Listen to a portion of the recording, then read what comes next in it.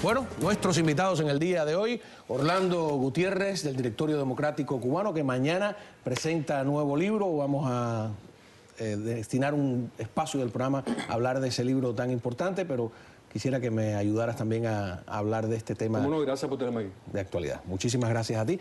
Y tengo que dar doble gracias aquí al doctor Jorge Luis García Paneque, que además de médico, es uno de los más conocidos miembros del grupo de los 75. ¿Estuviste preso cuántos años? 7 años y 6 meses. 7 años, nos conocimos en España.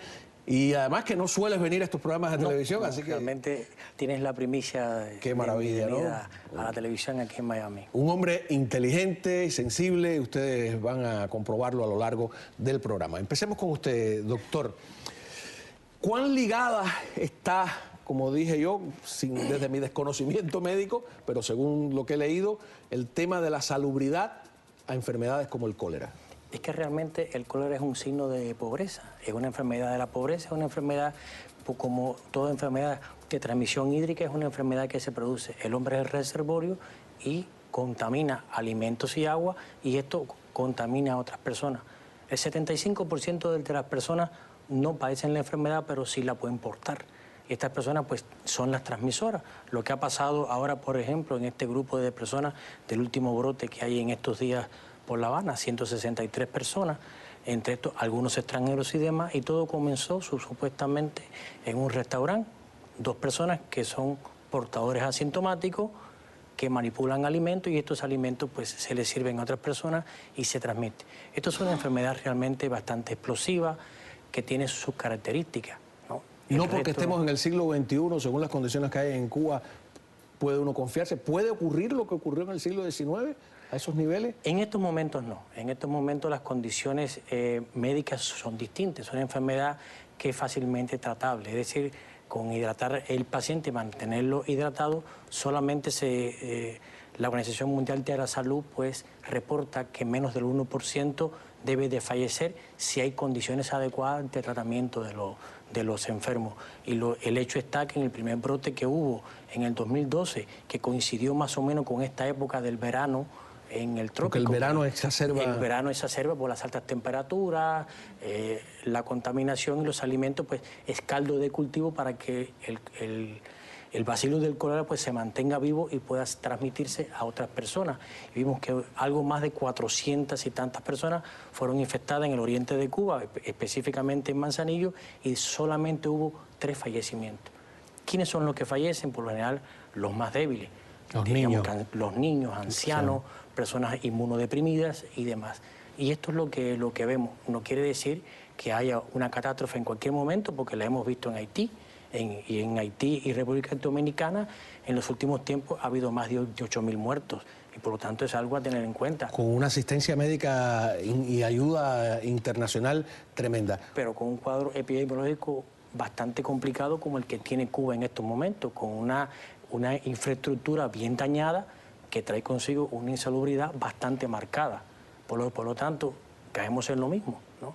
Esto es una enfermedad de un signo de pobreza, un signo de infraestructura. Sí, como el beriberi, como esas enfermedades de la desnutrición. Ya en este caso es una enfermedad, diríamos, por transmisión hídrica, dice usted, ¿no? Hídrica, exactamente. O sea las condiciones del agua es importante. No son carenciales. Me estás hablando el beriberi de es carencial. Carencial. Estamos Esto hablando es de transmisión. Es decir, lo que estamos hablando es que no ha habido un control adecuado epidemiológico. Es decir, hay una estructura, un cuadro epidemiológico bastante deteriorado que trae consigo el desarrollo de esta enfermedad cuando hay un genio epidemiológico en la zona, en la región, República Dominicana, Haití principalmente, donde ya el cólera es endémico. Tremendo, ¿no? Antes de pasar con Orlando, que te quiero pedir una valoración política, que también me imagino que la tiene, te quiero enseñar esta denuncia de Marbelis Díaz Méndez, que vive hace 6 años con sus hijos sobre una fosa, el piso de la casa. Por abajo pasa una fosa, miren. Tengo el problema de que hace 6 años estoy yendo a gobierno y a vivienda a resolver el problema de mi niño, de mi vivienda, que es un niño alérgico crónico. Ha tenido 18 ingresos en Lavallí, en el Hospital Pediátrico de Lavallí. con historias clínicas, papeles médicos y todo. Y aquí en el gobierno de San Antonio no se me resuelve nada porque dicen que no tienen nada para resolverme y no tengo dónde vivir.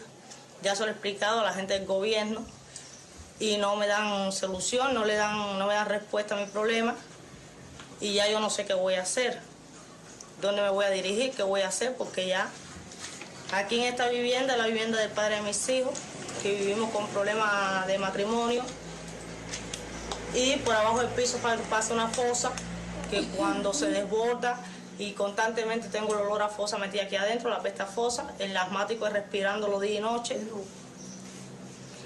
y las condiciones son críticas. Bueno, a ver, la pregunta política es, ¿para esto se hizo una revolución?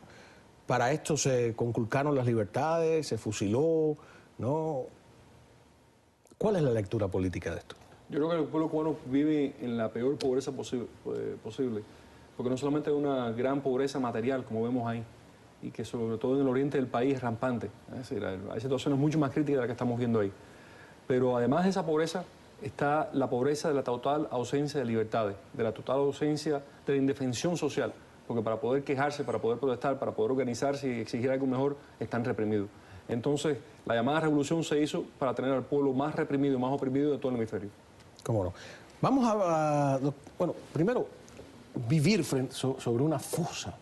¿Qué consecuencias médicas tiene eso? Bueno, ya te lo está diciendo. Es decir, si, por ejemplo, enfermedades como el cólera son de transmisión hídrica, donde tú tienes una persona que es portadora y por lo tanto ahí van a parar los desechos de estas personas y estas personas están en contacto directo con esto, la posibilidad de infección no solamente del cólera, de otras infecciones más que están ahí. No sé si ahora viste casualmente está ahora en información de un niño que fallece por una ameba que realmente la han llamado ameba come cerebros, pero eso también puede pasar en cualquier lugar. Aquí nos enteramos porque la prensa lo dice. Exacto. En Cuba, el otro día leí un artículo, a mi modo de ver, muy irresponsable, en el periódico El Mundo, donde es una suerte de apología, en lo que significa eso la palabra en español, de canto a que la gente lleve a los niños de vacaciones a Cuba, que Cuba es mucho más segura que aquí, porque allá no hay crímenes, etc. Todo una locura, ¿no? Yo quiero que volvamos a la casa de Marbelis. Ya vimos en qué condiciones viven esos niños, Marbelis Díaz Méndez, y que veamos la realidad. A ver.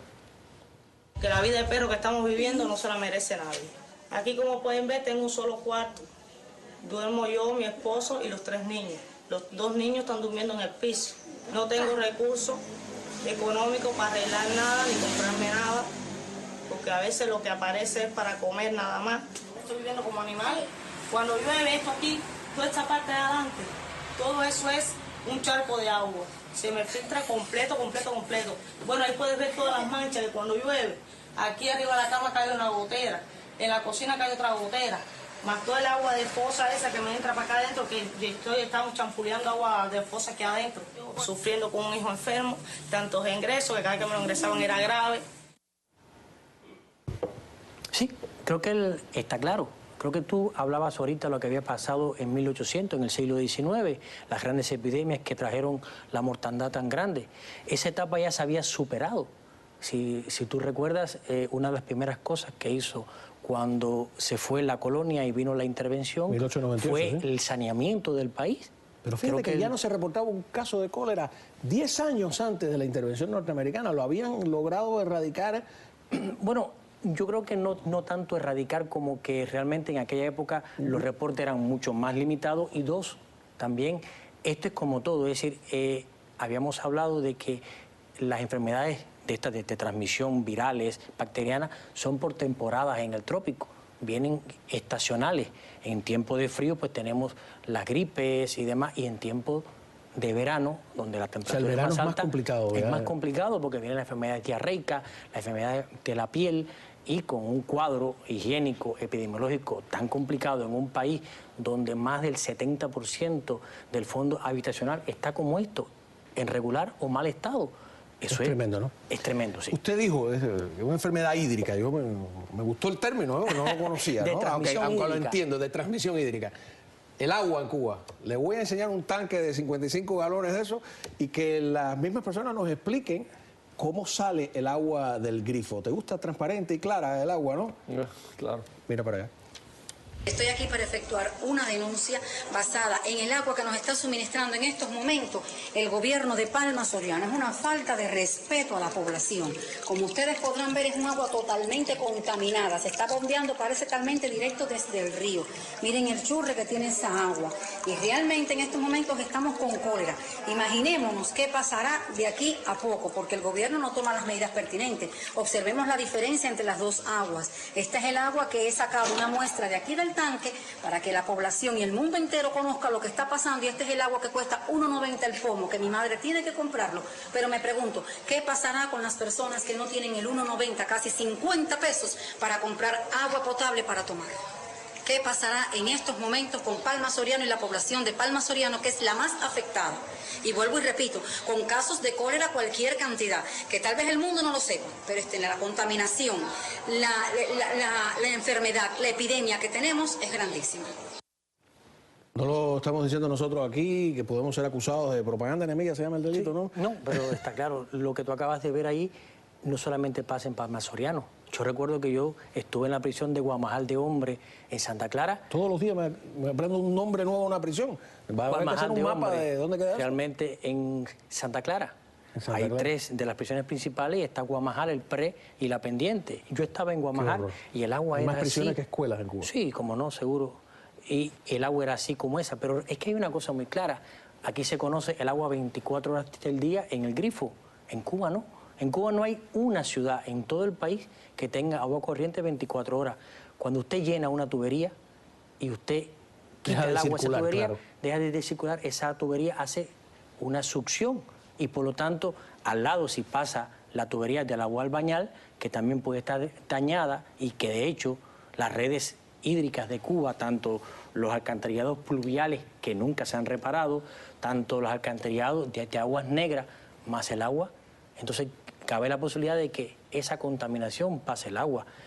En Cuba hay enfermedades que aquí no se conocen. La giardiasis es una enfermedad endémica en Cuba, una enfermedad bastante seria porque da una enfermedad crónica donde las diarreas son recurrentes. Es decir, que son muchas cosas y muchos tipos de enfermedades juntas, ¿no? Que van juntas. Ahora, cuando usted mejora este cuadro epidemiológico, lógico, la población estabiliza desde el punto de vista de un cuadro epidemiológico. Sí, que los cubanos no se crean que hay que necesariamente vivir así. Todo, si cambia el sistema, por supuesto que deberíamos tener la esperanza. Orlando, antes de hablar de tu libro, y que mañana es la presentación, y que quiero comentarlo porque es un libro importante que además nos ayudaría a entender por qué nos ha pasado esto como nación y cómo podemos arreglarlo. No solo hay problemas hídricos, Cuba es una suerte de basurero gigantesco. Aquí tenemos este otro informe de la UNPACU. En esta zona se pasan 15 hasta 20 días sin agua y fácilmente te dicen al término del tiempo ese que se rompieron los motores.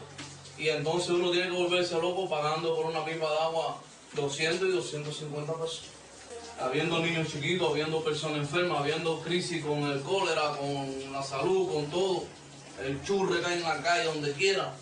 Y esta gente se llena la boca de decir que en Cuba hay servicio de agua. Un poquito más adelante, como se podrá ver, tenemos un vertedero en Palma Soriano, una de las calles más céntricas de la ciudad, por donde transitan nuestros coches, por donde hay un fluir constante de personas, y realmente esto facilita que la cantidad de roedores y de insectos denigrantes lleguen a nuestros hogares, provocado ¿por qué? Por la falta de higiene que tenemos en la ciudad. Raras veces vemos esto, no es siempre que viene la carreta, a veces se amontona cualquier cantidad en 3 puntos diferentes de aquí de la avenida, cerca de mi vivienda. ¿No te parece, Orlando, irresponsable esa suerte de propaganda a llevar a los niños a vacacionar de aquí de Miami a Cuba? Yo creo que me choca tremendamente, sobre todo porque ¿a quién se le ocurre enviar a un hijo de vacaciones a un lugar donde no hay libertad, donde lo que hay es esclavitud? Es decir, estamos acostumbrados a nuestros hijos entonces a vivir en un país sin libertades, a vivir en un país en el cual hay ausencia de derechos. O sea, yo entiendo que quieren la cercanía con los abuelos, con los que han quedado atrás, pero creo que también parte fundamental de la educación es la educación cívica, valorar lo que uno tiene. Y cuando uno está en un país de derecho y libertad, hay que apreciarlo mucho y hay que vivirlo con todo el honor que merece. Bueno, tocas ese tema en el libro, vamos a hablar sobre, ¿cómo se titula?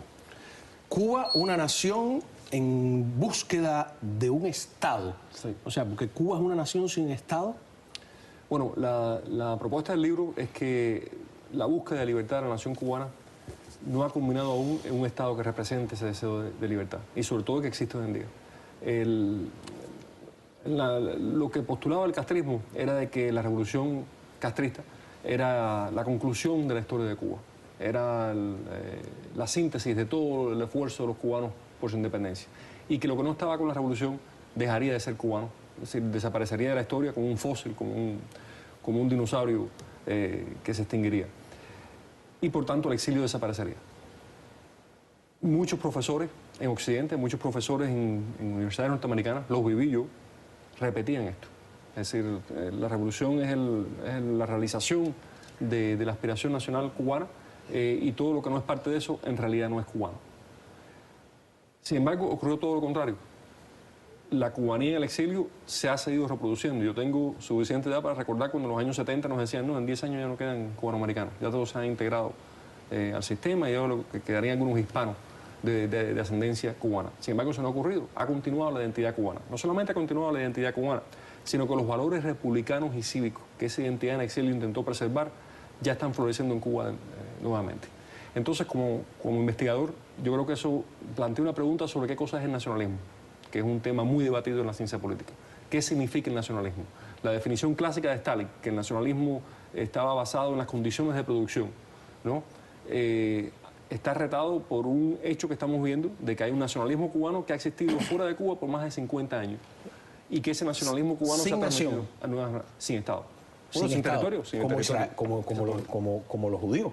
Como los judíos, como los armenios, como diferentes ejemplos que hay, como los polacos por mucho tiempo no tuvieron nación. Cuando regresemos nos vas a decir dónde es la presentación del libro y tenemos más, ¿no?, para acercarnos a una realidad que a veces en la distancia se nos hace confusa, ¿verdad, doctor?